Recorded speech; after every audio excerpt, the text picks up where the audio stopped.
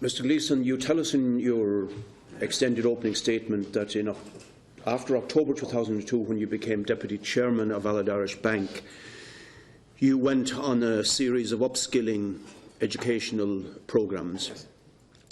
You attended banking courses at University College Dublin, the London Stock Exchange, Harvard Business School, Stanford University, Inside Paris, which describes itself as the business school for the world.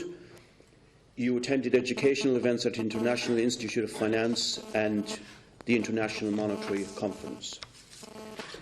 No doubt in some circles these would be seen as very prestigious institutions. Can I ask you, Mr. Gleeson, did the instruction include the fact that within capitalist banking internationally, systemic crises erupted with great regularity all over the world, and that these sprang from very definite causes which were therefore avoidable?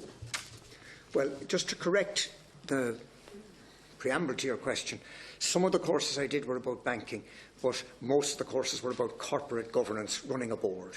But so far as I did instruction on banking, some in Dublin and some with INSEAD, I don't believe that issue was covered. Mr. Gleeson, arguably the first speculative bubble and crash was what became known as tulip mania in Holland in 1637. Yes. John Bruegel the Younger has a fascinating painting about it. And the impression is being given that what happened in Ireland in the crash was, you said, a 100-year event.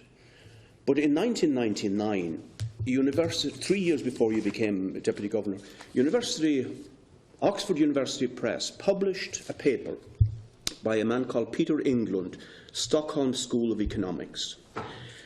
And he wrote about a study that was done by a colleague of his, published the year before, a study of 30 major bank crises, not from 100 years ago, but from the 1980s, including 3 of the most advanced industrial countries in the world, Norway, Finland and Sweden.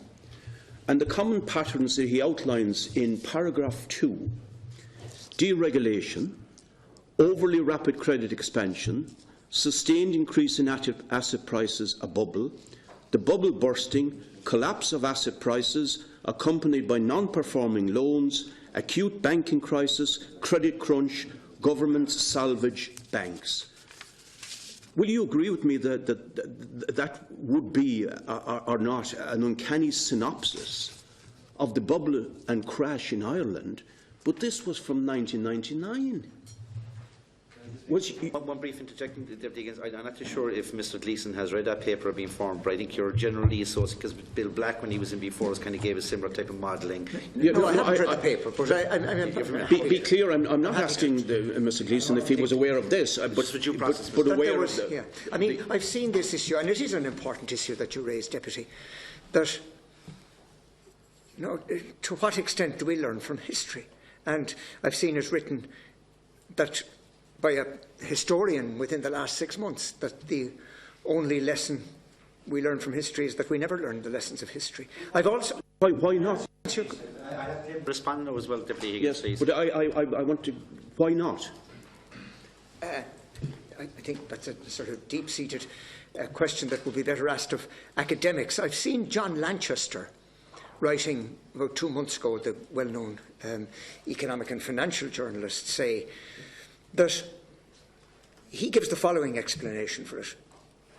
He says that... I really don't have time for this. I'll give you a bit of time, but I have to allow the witness to respond. If I try to mention... Yes, but Mr. Gleeson's posed keep your question earlier, short if you want it. Why did everyone get it so wrong?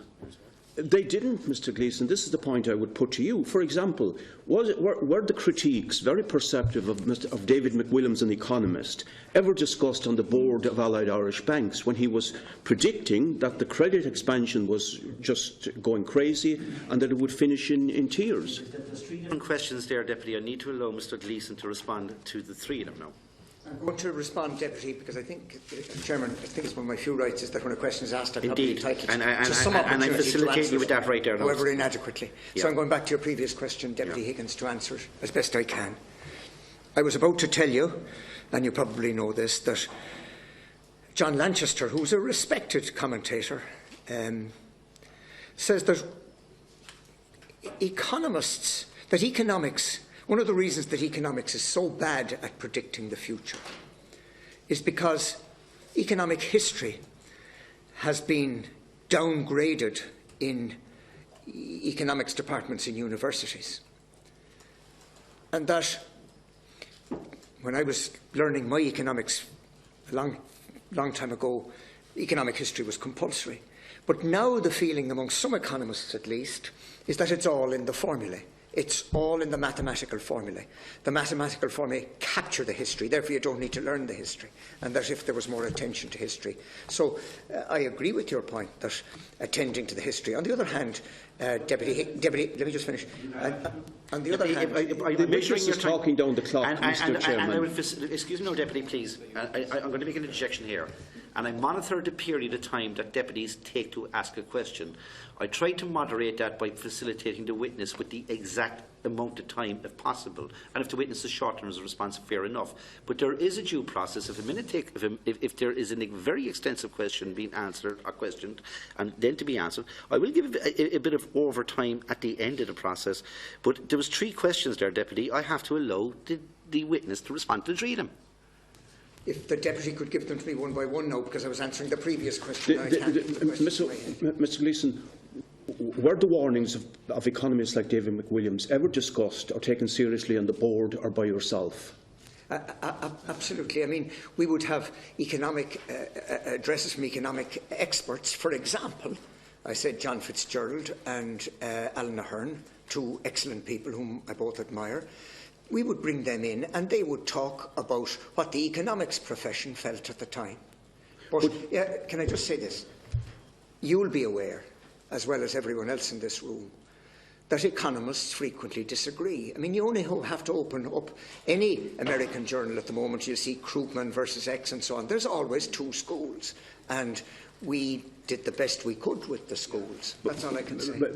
But you had historic precedents from Sweden only a few years before you became chairman. But I need to move on because of time. You put a lot of emphasis, and may I put it to you, Mr. Gleeson, you blame Anglo for a lot of things. No, don't blame it, it's an explanation. Yes, it's an explanation, but you said it was inevitable that we were drawn too much into Anglo's wake. Now, is it really credible that, you know, in Irish banking you had a Pied Piper called Anglo, spinning tunes of excessive credit, profiteering, etc., and that the whole pack had it. Very mindful, Deputy. We're in trawl and dutifully followed. Is that credible? Let me explain it a bit better, because I think I haven't explained it, Deputy, and your question certainly suggests that I have failed absolutely to explain it. If you were the manager in a good-sized country town, a big country town of AIB, and you've had 2 big builders as your clients for 25 years, and then they go across the street to Anglo, it's inevitable, I think, that you get reaction to that sort of thing. It's because it affects your profits. Because it affects all sorts of things, your success as a job as a manager, the job that you're paid to do. I'm talking about human nature in commerce, and I don't think it's disgraceful either. But mainly, am I correct, it would affect the bank's profits? I don't know if the average manager in a branch in a country town is waking up in the morning saying, now I must worry about the bank's profits today. I don't think that's quite the mindset. I think we want to be successful in this branch. We want Mr. to keep Gleeson, our customers. Are banks not there primarily to make profits? Absolutely. And I haven't time to go through it, but I compared your profits to Anglo profits during the bubble, and you were massively ahead. How much profit did you need to be satisfied? With respect, now, we were an infinitely bigger institution. We had enormously more employees, enormously more social responsibilities in terms of running ATM machines for free, for instance. Yeah. Anglo didn't do any of that, Deputy. Yeah, you said, Mr. Gleeson, at an extraordinary general meeting, again, if I may say, spreading responsibility, that we drank too much from the national cup of confidence. would it be more honest to say that you drank too much from the banker's cup of greed for profits, and that was what drove you? No, I think that would be a dishonest thing to say. Why? Because it's not true. Why were you chasing Anglo then? I wasn't chasing Anglo. I was trying to, as I said, my function here is to try and explain how things were at the time.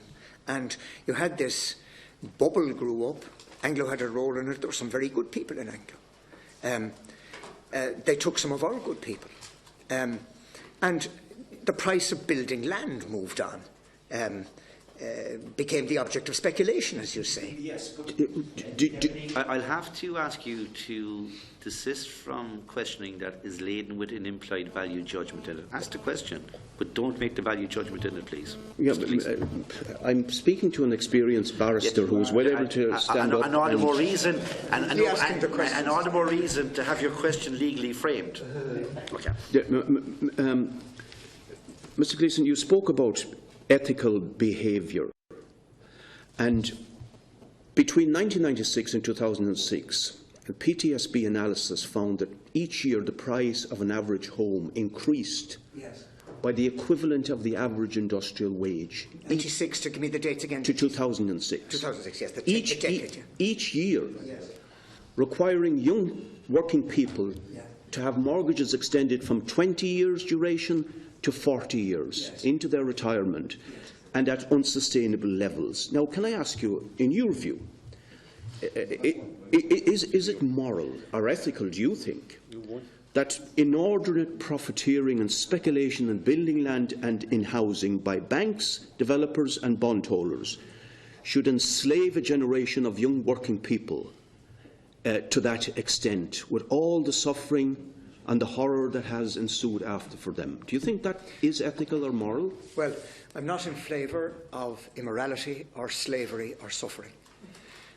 So far as your question relates to the issue of the price of building land, I think that there is a serious political and social issue as to how that should be controlled.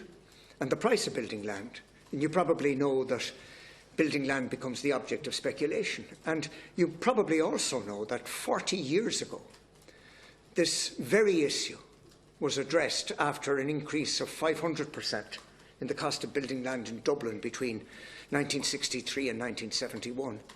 And this is a social resource. It should have some element of, in my view, state control. You can't increase the number of amount of building land around Dublin. And that issue, that very issue, was put to an expert committee in 1973, 71, reporting in 73 under the chairmanship of Mr. Justice Kenny. Mr. Gleeson, very quickly to answer the question. I've been asked the question, and I'll try and finish within 30 seconds. Okay, thank you. Mr. Justice Kenny reported. If you look at that report, it's lain on the shelves for 42 years. He proposed 10 solutions. The first was nationalisation of building land. Yes, eventually he proposed. New question now, Deputy Higgins. I want to finish my. Can I finish my answer? I simply say the legal intellectual spadework in relation to the price of building land has been done. That's all. Not a new question.